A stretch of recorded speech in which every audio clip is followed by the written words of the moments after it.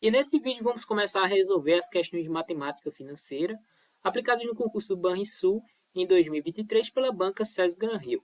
Se você vai fazer concurso que vai ser essa banca, como por exemplo o concurso do Banco do Brasil, deixa aí o like para valorizar o trabalho do professor e se inscreva no canal para você aprender matemática resolvendo questões. Nessa questão 26 a gente tem muita informação legal que a gente pode revisar para a prova. Então vamos lá, ela diz o seguinte: um cliente tem duas opções de empréstimo no valor de 70 mil. Significa que esse vai ser o valor que ele vai tomar emprestado, certo? Para prazo de até 2 meses. Olha que interessante, considerando-se sempre meses de 30 dias. Primeira opção, taxa de juros de 4% ao mês em regime de juros compostos. Então, vamos colocar aqui os juros compostos. Para a gente calcular os juros, temos que calcular o montante, pois os juros serão o montante menos o capital do empréstimo. E aqui a segunda opção, tá, é a juros simples. Veja só, taxa de juros de 4,2% ao mês em regime de juros simples. Então, vou anotar aqui, ó, juros simples.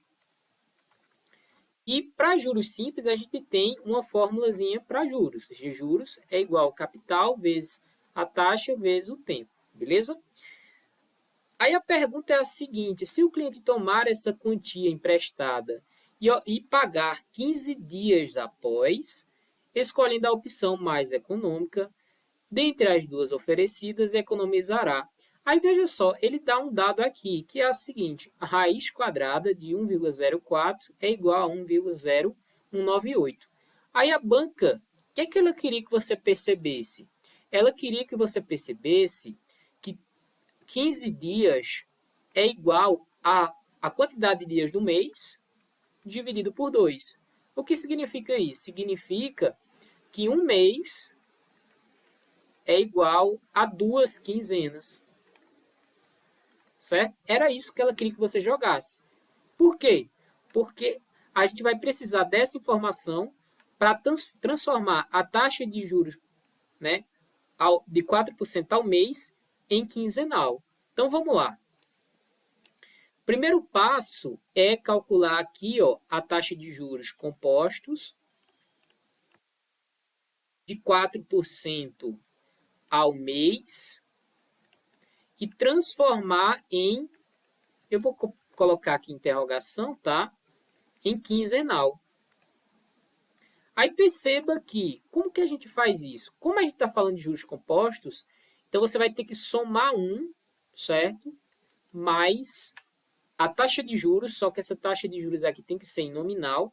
Então, eu vou pegar e escrever isso daqui como sendo 4, tira o símbolo de porcentagem e coloca 100 embaixo. Veja que 4 dividido por 100 é 0,04. Então, aqui é 0,004, né? Aí, detalhe importante aqui. Se você quiser se transformar de mês para ano, você iria elevar a 12, já que um ano tem 12 meses. Se você quiser voltar de ano para mês, o que é que você iria fazer? Você iria tirar a raiz quadrada, a raiz, né, de índice 12 desse número. Porém, não é essa a pergunta. O que deveremos fazer é transformar de mês em quinzenal. Porém, um mês tem 2 quinzenas. Então, você vai tirar a raiz quadrada desse valor. Então, a raiz quadrada de 1 mais 0,04 é 1,04. Ora, ele forneceu que essa raiz quadrada é 1,0198. 1,0198. Não é isso? Vamos lá. Mas, para você encontrar a taxa, a quinzenal, você tem que retirar 1 no final, já que você somou no início. Então, seria aqui, ó, menos 1, tá?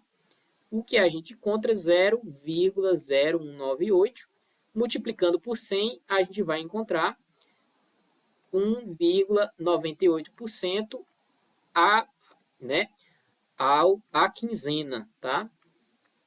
Só que, pessoal, a gente precisa calcular os juros. E os juros, para calcular os juros, precisamos calcular o montante. Então, vamos calcular o montante.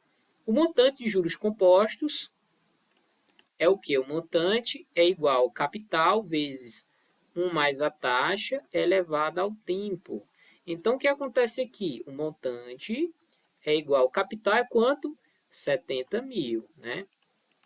Vezes a taxa. Ora, mas a taxa é 0,01. Mas a gente não tem que somar com 1? Então, essa soma já está aqui, ó, 1,0198. Então, vamos colocar aqui, ó, 1,0198.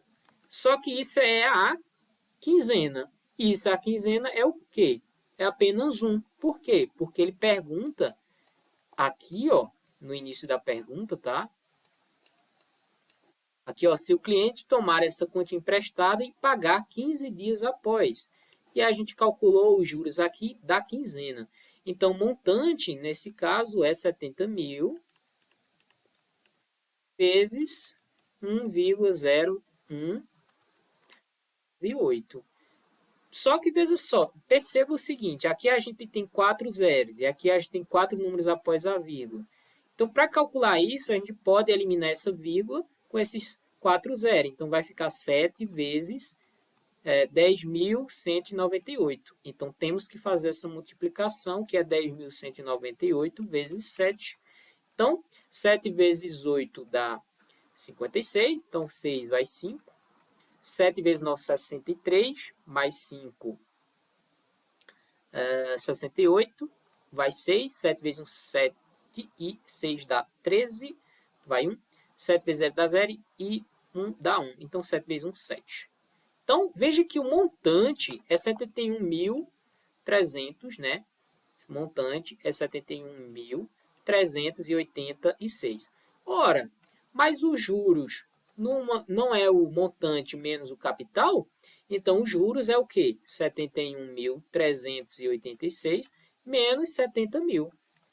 Que, logicamente, a gente vai encontrar 1.386. Só que ele pergunta a diferença entre o mais vantajoso e o menos vantajoso. Então, temos que calcular agora os juros simples. Então, vamos lá.